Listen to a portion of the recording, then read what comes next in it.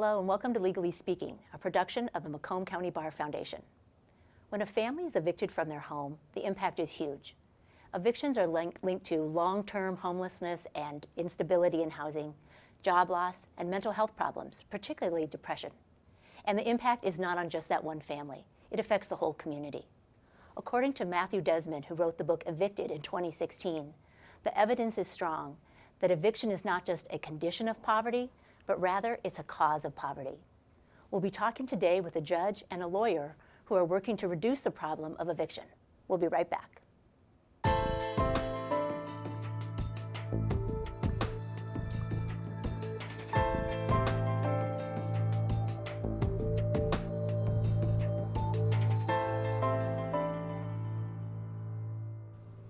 Hello, I'm Ashley Lowe, the Chief Executive Officer of Lakeshore Legal Aid.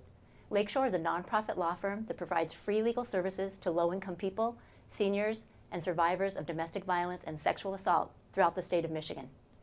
Today on Legally Speaking, we're talking about eviction, and I have two guests with me today who are working on this problem very closely. My first guest is Judge Matthew Sabaugh with the Warren District Court. Welcome, Judge. Thank you. Thank you for having me, Ashley. And Kristin Vanpraet, who's a Lakeshore Legal Aid attorney in our Warren office. Thanks for being here today, Kristin. Thank you for having me, Ashley. In my introduction, I talked about Matthew Desmond's book, Evicted, and that book was followed by a research project out of Princeton called Eviction Lab, where the researchers looked at eviction rates and practices across the whole country. One of the things that came out of that research was that Warren was the 9th worst largest city in eviction rates. So, Judge Sabaugh, you are born and raised in Warren, you were the Macomb County prosecutor, and you've been on the district court bench since 2008. So I think it's safe to say you know what's going on in Warren and in Macomb County generally. Can you talk a little bit about the conditions that are going on in Warren that would lead to that assessment? Well, it is partly a condition of poverty, and when we think about homelessness, often the average person thinks, well, the people that are living on the street or that are in homeless shelters, but what we found is that a larger number of the homeless are they don't have a consistent home, so they may be evicted, they may be staying with relatives. There's not a consistency in where they're staying, and eviction is a big part of that because what we're seeing in our cases in Warren and Centerline, as you said, among the highest eviction rates, so upwards of 4,000 cases a year are filed in our landlord-tenant division. And the fact is that where our city is located, there is a large number of poor and people that are living on the lower end of the economic spectrum. And so, for instance, in the Van Dyke Public Schools, I believe it's almost 100% of the kids there are receiving federally funded lunch programs. So there's a great need for it, for these types of programs. So I think it's a good fit to start here. Right, so there's a high level of poverty in the community surrounding where your court is. Yes. Right. And Kristin, as a legal aid attorney, do you want to weigh in on that issue? Why Warren? Why is Warren different than any other city right next to it? I'm not sure specifically what it is. Warren is a very high population, for one thing. They have a lot of rental homes compared to residential homes, I believe. And I think there's no one thing that you can point to. It's not necessarily a poverty issue. It's not necessarily the lack of affordable housing. There's many different things that go into what the issue is. And I think that's kind of why we've been working with the courts so that we can get access to these tenants and get access to the landlords as well and find out what the real issues are and try to address them as they come. Right, and Kristin, can you talk a little bit about your experience? What's informed your understanding of this issue? Well, I have dealt a lot with the 37th District Court. I've been a legal aid attorney for the last 2 years with Lakeshore. Prior to that, I was at our call center, so I was there for a couple of years. And I've also worked with the Michigan Unemployment Insurance Project. So I have, I've done a lot of needs-based legal work. And so I think that that's kind of where a lot of it's come from. I've also did some things with the author with the book of Evicted. I didn't do it with the author himself, but along with DET and a few other things. So we've kind of gotten a little bit more information about what's exactly going on. I see. So I think, Kristin, you might be able to speak to this. Most of us can imagine if we were evicted from our homes, how traumatic that would be and how awful. Correct. But it's not just that one event. There's a long string of things that happen after an eviction that have an impact on someone's life. Yes. Can you talk a little bit about that? Many of the things that we see is the eviction. First of all, the eviction itself, when the eviction goes on their record, it makes it much more difficult for them to, again, find safe and affordable housing, because, you know, obviously with a track record of not being able to pay your rent, it's much more difficult for a landlord to want to go ahead and rent to you. We also have the issue of a lot of these people are on public benefits. When their public benefits need to be renewed, or when they need to have go in for their classes or whatever they need to do, they send these things to their last known address. If they're constantly moving due to eviction, they miss those notices, they miss those hearings, and then they lose their benefits. We have problems with children with their schools, being able to attend the same school, being able to have that continuity and that normalcy. There's also can be a problem with child protective services if the homes are not good enough for the children to be in. You know, sometimes these families have to take what they can get, and that may not necessarily be what Child Protective Services thinks is an ideal situation. So that doesn't necessarily mean they're going to lose their children, but does become an involvement of trying to get them through those. So there's a lot of systemic things that happen with an eviction. Also, you know, if they may work very close to their home. A lot of people don't have transportation. So if they get evicted from that home, they have to find another place. But can they find one close enough to where they work to where they can still walk or get the transportation that they need? So it really sounds like so many ripples, that there is issues with kids, there's issue with job loss, there's issues with being able to feed your family if you Correct. can't afford if you're not getting the benefits that you're supposed to be receiving. Correct. It's such a huge problem. We talk a lot at Lakeshore about the issue of tenants' rights. Yes. Kristin, can you talk a little bit about what a tenant should be able to expect when they're in a renting situation? It's a contract type of a thing between there's something that the landlord has to expect, but the tenants also have certain rights that they may not realize that they have. The first thing is a duty, or the landlord has a duty to keep the home safe and habitable for their tenant. And that means that if they have to do needed repairs within a certain amount of time, a reasonable amount of time, of being notified of those repairs. So the tenant does have to tell the landlord that, you know, these things need to be done. The landlord does have to attempt to rectify those things within about a reasonable time. They also have a duty to keep common areas, yards, those types of things safe. And those are things that tenants and landlords need to kind of work together so that the landlords know what's going on, but they do have a duty to do that. They also have a duty to, they can't, in order to try to evict you, they can't do certain things. They can't change your locks. They cannot cut off your power. They can't cut off your water. That's not the same as you not paying your water bill if it's on you, but your landlord cannot do that in a way to evict you. There's certain processes that they have to go through in order to ask you to leave. And the end result of all of those is a court hearing. So if they have not been in court where a judge has actually given them an order that they need to leave, the landlord cannot force them to do that without that order. So it requires a court process. It requires a court process, yes. And so, Judge, when you're on the bench and you're seeing these cases, what's the biggest problem that you're seeing? Is it non-payment? Is it people who are facing issues with repairs haven't been done? What do you see? Let me just start with this perspective, that this is a difficult part of my job as a district judge. I'm sworn to be fair and impartial. Obviously, I can't let sympathy or prejudice affect my decision. But one of the most difficult things I do is to have to evict families from their home. So it breaks your heart a lot of times, but the law has to be followed. So what I'm seeing is that most of the time the tenants don't really know their rights. They're kind of like between a rock and a hard place. So they may have selected this particular home because it didn't require a credit history like a lot of apartments do. It may be little things were easier to arrange in renting a home from a specific landlord. So what you have is kind of a combination of landlords that are not the most professional, and then tenants that don't necessarily know all of their rights or don't feel confident enough in their rights because of maybe their station in life or their financial condition. So it's a bad combination, because what I'll often see is a tenant did not pay rent, but then, as Kristin pointed out, the landlord didn't comply with their warranty of habitability. They're not, a lot of these homes are really not that nice. Right. There may be rats, there may be conditions that are unsafe, and especially with kids. The idea of kids living in a home that is not up to code. So what I do is I make sure that the landlords are held to their standard according to the law, but also the tenants have to follow their end of the bargain too, and pay the rent. And what happens is, if somebody can't afford it, there's not much fix for the court. I can only give them so much time according to the law.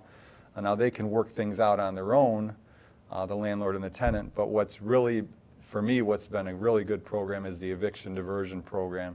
And I want to talk about that a little bit today too. Yeah, Judge, I'm glad you raised that, because you've been really active in trying to find solutions for tenants in your courtroom to make sure that people are treated fairly. And one of those things is the eviction diversion program that was started in 2014. Can you talk about that program, kind of Sure. how it got started and what it looked like for the people in your court? I think that we're blessed because we've got really well-intentioned people knocking on our doors, like your organization.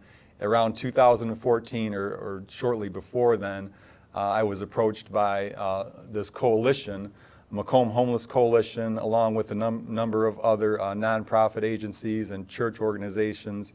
And they said to me, same thing you're saying, there's obviously, this is a big problem in your community.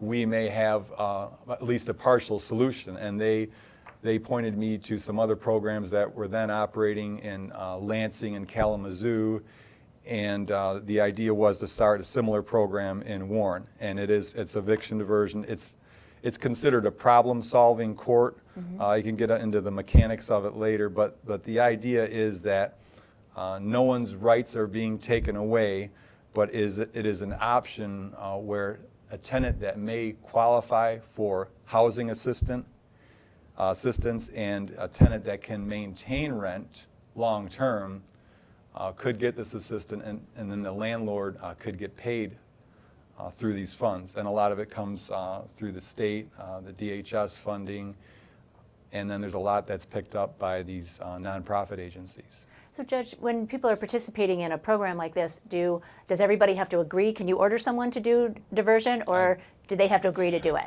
I have a lot of power, but I cannot order someone to do this. Unfortunately, it has to be a consent.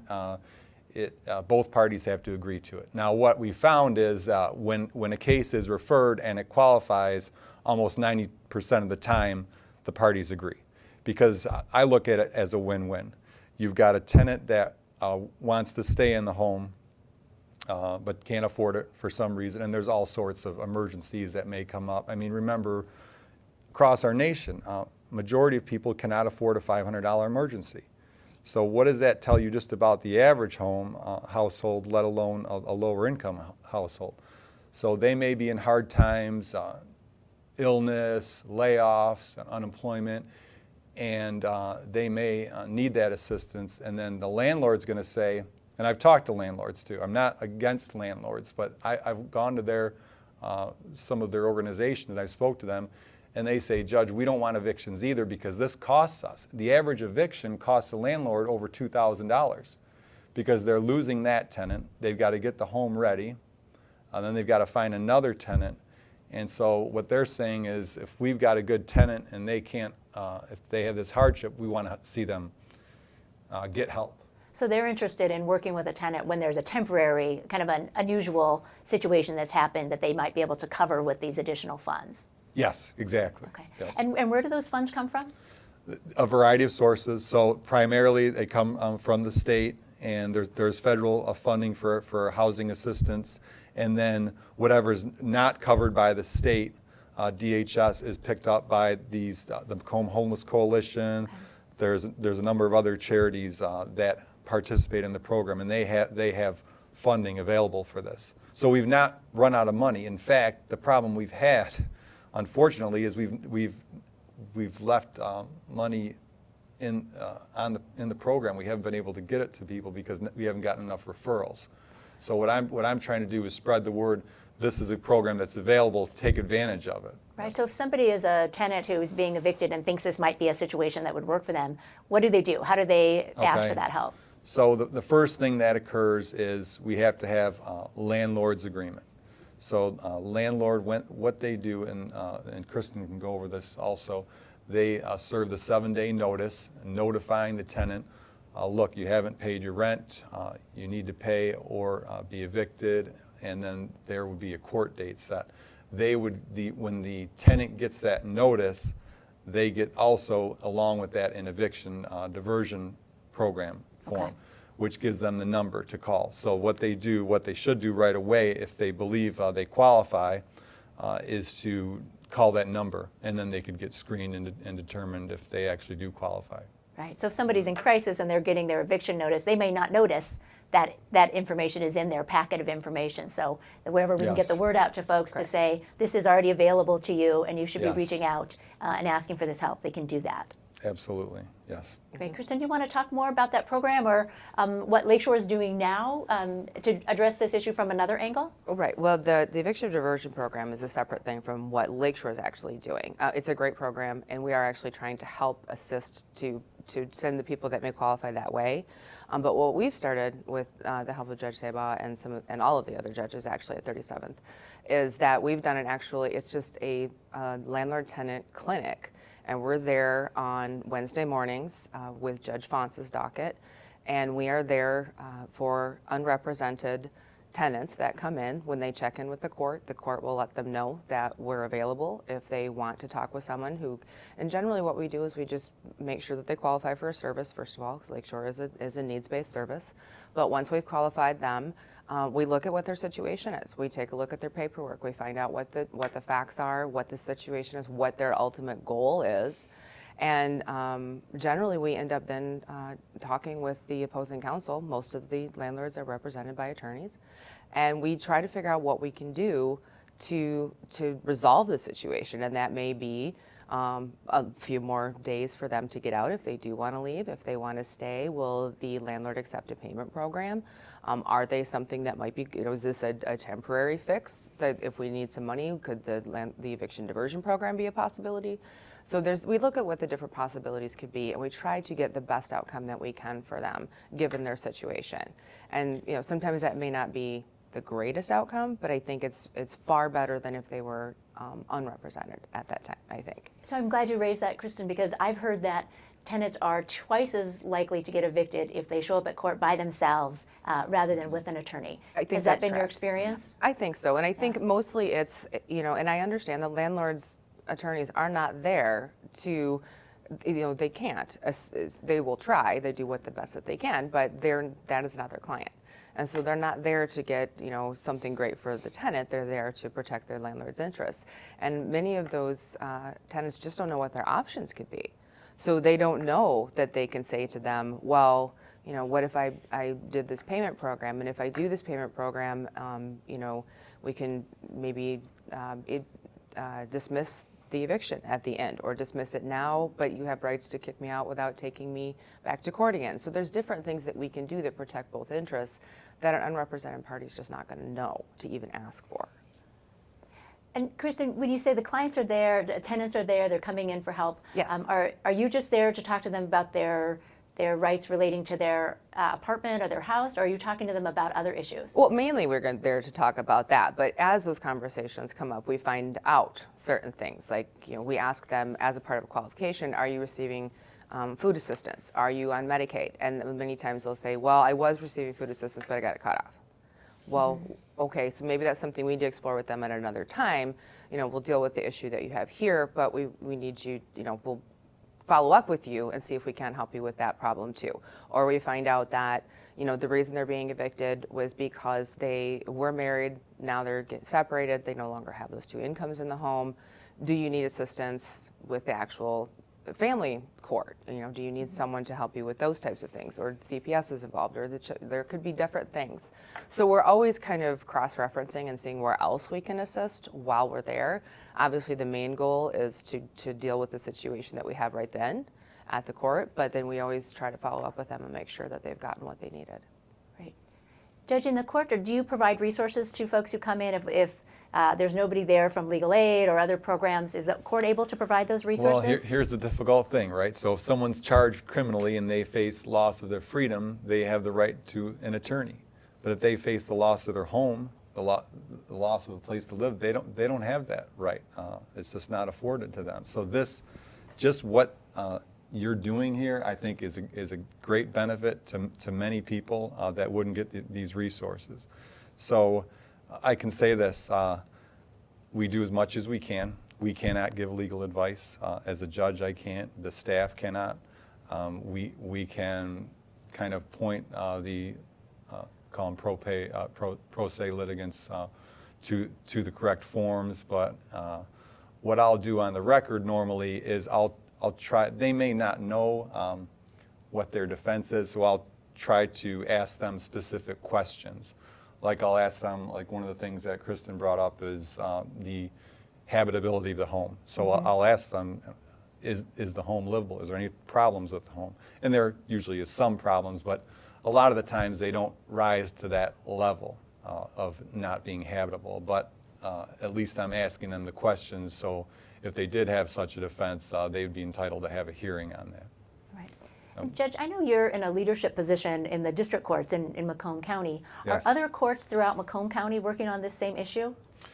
We are the only eviction diversion program in Macomb County. What we would like to see eventually is this expand into other districts, and I've approached some of the judges in the 39th District Court about doing that, and I think that may be actually a good possibility because we have now a new judge there also. So a lot of times when judges first come on the bench, they're open to bringing new ideas. So I think perhaps this is something we could expand. I'm sure there's a great need throughout the county also. Right, absolutely. Well, so it'll be exciting to see how that plays out. Yes. Kristin, can you talk a little bit about Lakeshore, and are there other projects similar to this one in Warren that are going throughout Lakeshore service area? Yes, actually, Lakeshore has 4 different types of these programs. We have the one in Warren.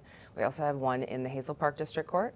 We have one in 36th District Court downtown. In Detroit? And in Detroit. And then we finally have one in Pontiac. And it's all similar to ours, where it's not specifically an eviction diversion program, as the judge was referring to. This is our just open clinic of, if you qualify, we will discuss your issues and do the best that we can to assist you. So there's 4 of them. Great. So there's a way for people to get help, not only those who are coming to the Warren Court, but hopefully there'll be some opportunities for other folks and more coming in Macomb County soon. Yes. All right. Well, thank you so much for being here and for your hard work on this issue. It really makes a difference in people's lives who are trying to stay in their homes. So thank you so much. Thank you. Thank You're you. welcome. It's a pleasure. I've been talking today with Judge Matthew Sabaugh of the Warren District Court and Kristin Vanpraet, a Lakeshore legal aid attorney out of our Warren office. They're talking about eviction and how we can all help to reduce the level of eviction in our community. Thanks for joining us on Legally Speaking.